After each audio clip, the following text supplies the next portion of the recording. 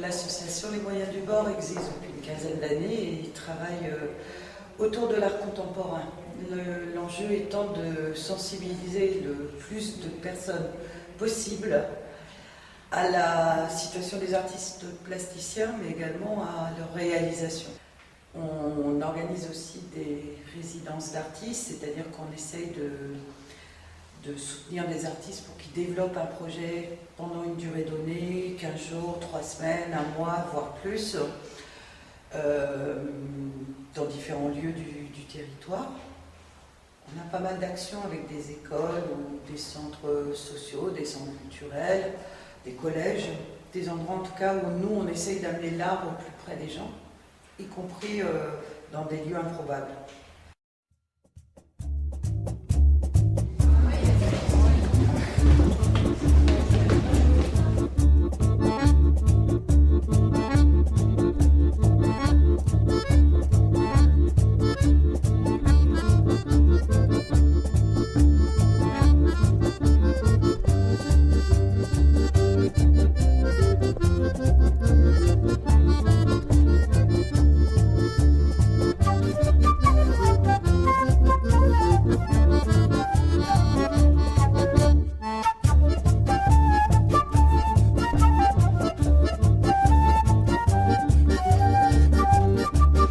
L'artiste, ce qui est intéressant, c'est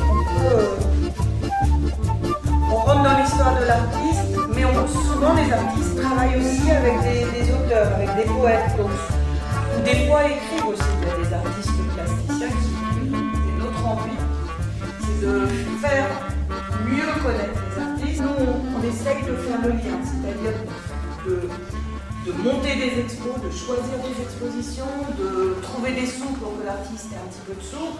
On peut peut-être vous parler davantage du jardin solidaire, si vous voulez.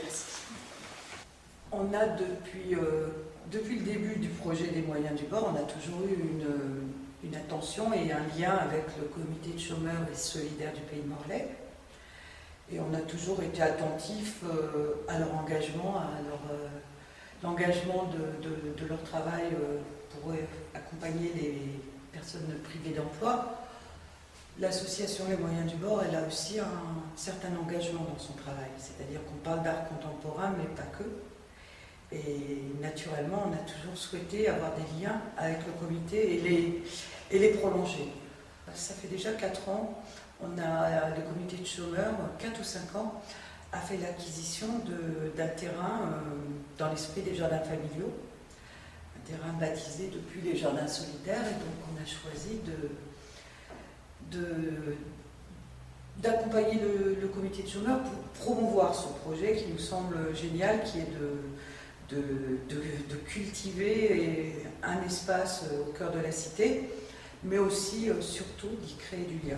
Comme une chambre noire, on oscille entre le lien et l'ensauvagement.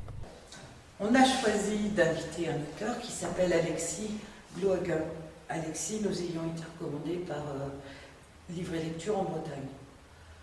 De la rencontre avec Alexis, initialement prévue pour durer une quinzaine de jours, on s'est rendu compte qu'Alexis avait envie de travailler durablement, long, et de prendre son temps et de prolonger son séjour au Jardin solidaire. Donc il a passé plusieurs semaines, échelonnées sur tout l'été 2013, à travailler au jardin, à écrire, à rencontrer les habitants et les occupants du jardin. De cette idée-là, évidemment, il nous semblait logique de garder, de proposer une trace à ce travail d'écriture, d'où l'idée du livre d'artiste dont la réalisation a été confiée à Pierre Pitrou.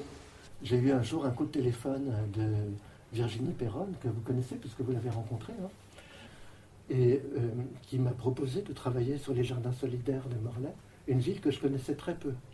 Et en fait, grâce à ce projet, j'ai commencé à connaître votre ville et à l'aimer d'ailleurs. Je dois dire que j'ai accepté tout de suite. C'est formidable parce que c'est pas du tout quelque chose qui est extérieur à ce que j'ai fait jusqu'à présent. Les jardins de Morlaix, j'ai trouvé que c'était un peu dans le même axe. C'était encore la nature, mais ça me permettait aussi de me rapprocher des gens.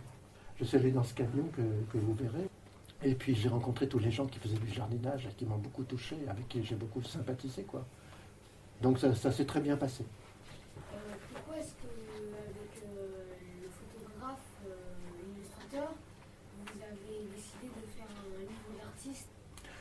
Écoute, l'idée, elle est venue un petit peu de Virginie Perron et de l'association Les Moyens du Bord. Parce que moi, en fait, quand j'écris, en fait, je fonce, quoi. Hein, je veux dire que, en fait, j'écris, je ne sais pas si vous voyez, quand un musicien enregistre un disque, hein, il entre dans un studio, il ne va pas rester 107 ans dans le studio. Hein. Il va rester, surtout que ça coûte très cher, il va rester 15 jours, 1 mois, 2 mois, 3 mois, s'ils ont beaucoup d'argent, hein, et il va faire que ça. Et moi, c'est pareil. Quand j'écris, je fais que ça. Donc j'arrive dans cet endroit, il y avait le camion, qui mettait à ma disposition, et à partir du camion, je rayonnais un peu partout. Tu vois. Alors, c'est pas du roman en ce sens qu'il n'y a pas d'histoire, tu vois. Ce sont des textes sur ce que je vois. Ce sont comme des vignettes, ou des arrêts sur image, des effets de zoom, tu vois, des photos, quoi. Hein. Et puis après, tout ça va faire comme un puzzle, et je vais mettre ça dans un ordre différent, et ça fera un livre. Quand on a constaté la quantité et la qualité du travail de Alexis Glouaguin et la richesse de ce travail d'écriture, on s'est dit que c'était pas possible de ne pas en faire profiter d'autres gens. Et on avait envie, puisqu'on est quand même très impliqué sur la question de la petite édition d'artistes, d'associer un plasticien pour qu'il réalise un livre d'artiste avec Alexis. C'est l'association qui a eu l'idée de nous mettre en relation, Pierre Pitrou et moi-même. Alors on ne se connaissait pas. On nous a mis en relation fin août, début septembre, l'année dernière, et il fallait que le livre soit sorti pour le salon qui a lieu à Morlaix le 9 novembre, qui s'appelle Multiple, qui est le salon de la petite édition. À la limite, on aurait pu travailler ensemble en partant de zéro, et ça aurait été différent. Mais les textes étaient déjà faits, en fait. Donc moi, j'ai choisi des textes. Enfin, on a vu un petit peu, il est allé dans les jardins, il a vu un peu ce qu'il pouvait photographier, et je l'ai choisi en fonction de ce qui l'intéressait. Et moi aussi, bien sûr, enfin, de ce qu'on avait en commun. Et donc, on a fait le choix, et après, lui, il a pris les photos. Et il a pris 700 photos. Et ensuite, il a fabriqué le livre. Donc moi, en fait, j'ai fait beaucoup moins que lui, parce que j'ai fait que le texte. C'est facile de faire le texte. Lui, il a fait les photos, la mise en page, le découpage, le bouquin, lui-même, hein, avec des masticots en coupant comme ça. Je pense que chaque livre, on a tiré 30 livres, hein, 30 exemplaires. Hein. Chaque livre a dû lui prendre 4 heures, à mon avis, minimum, 4 heures. Est-ce que dans les personnes que vous avez rencontrées parmi les jardiniers, oui. Est-ce qu'il y a une personnalité qui vous a marqué? Enfin, il y en a plusieurs, hein, il y en a beaucoup en fait. C'est pour ça que j'ai fait les portraits. C'est-à-dire que,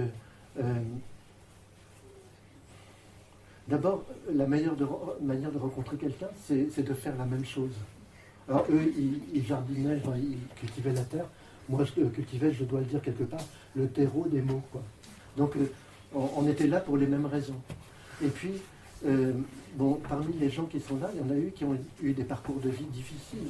Hein, et ils ont décidé de s'en sortir par le jardinage. C'est un peu la raison du titre du livre, Jardin du premier jour. Évidemment, c'est pas le premier jour de leur vie, mais d'une certaine façon, c'est une renaissance.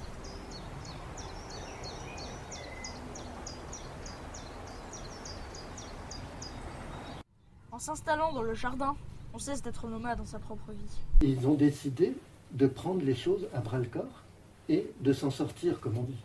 Hein. Donc ces gens-là m'ont beaucoup touché. Et on avait des choses à se dire, forcément, puisque tout le monde, c'est ce qu'on appelle des convergences, on se retrouve, on a des parcours différents, mais on se retrouve sur certaines choses. Vous voyez. Donc, il y a des gens qui, en fait, ils aiment tous le jardin. Il y en a qui en parlent beaucoup, il y en a qui sont incapables d'en parler, mais s'ils disent 2-3 mots, ce sont des mots qui ont un poids.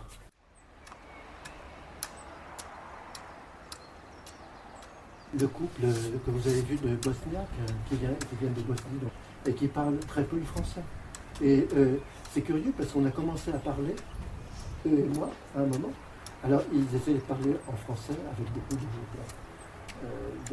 mérite, hein, c'est très touchant, hein, je veux dire. Et donc, et puis à un moment, comme c'était un peu trop difficile et qu'il voulait expliquer des choses un peu plus compliquées, il a continué à parler en bosniaque. eh bien, j'avais l'impression de comprendre. Comme ça, c'est une vraie rencontre. Puisque même ce qu'on appelle la barrière de la langue ne fonctionnait plus. On était en phase, quoi.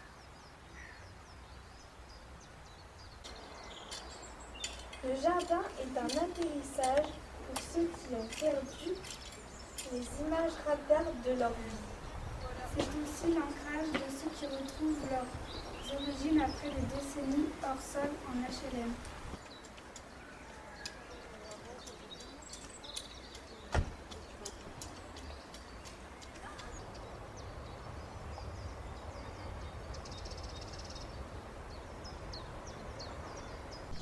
Le regard des hommes brasit d'espoir et les femmes hasardent un sourire.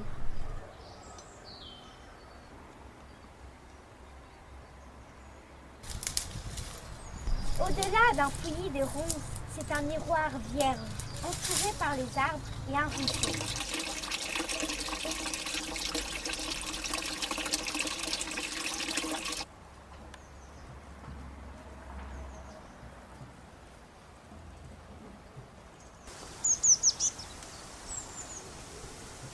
En fait, on peut dire qu'il y a des références au jardin d'Éden, mais tous les jardins sont considérés comme des paradis. L'idée du jardin, c'est l'idée d'un lieu clos où on est totalement protégé et où on se suffit à soi-même, puisqu'en plus, on produit sa nourriture. Et c'est ça le jardin d'Éden, on est à l'abri du mal, à l'abri des regards, à l'abri du monde extérieur. Alors, ce qui nous avait intéressé à Morlaix, Pierre Pitrou et moi, c'est que, il le dit souvent, c'est qu'on entendait la ville, les rumeurs de la ville, les bruits de la ville. Et moi, ce que j'ai beaucoup aimé dans le jardin solidaire, c'est qu'il communique avec la ville. C'est un espace qui est un espace clos, retiré, retranché, mais en même temps un espace qui communique avec la ville et qui est au fond une sorte de satellite de la ville, une sorte d'extension où on peut se guérir aussi. Vous pouvez venir là et d'un seul coup, vous retrouvez une joie de vivre.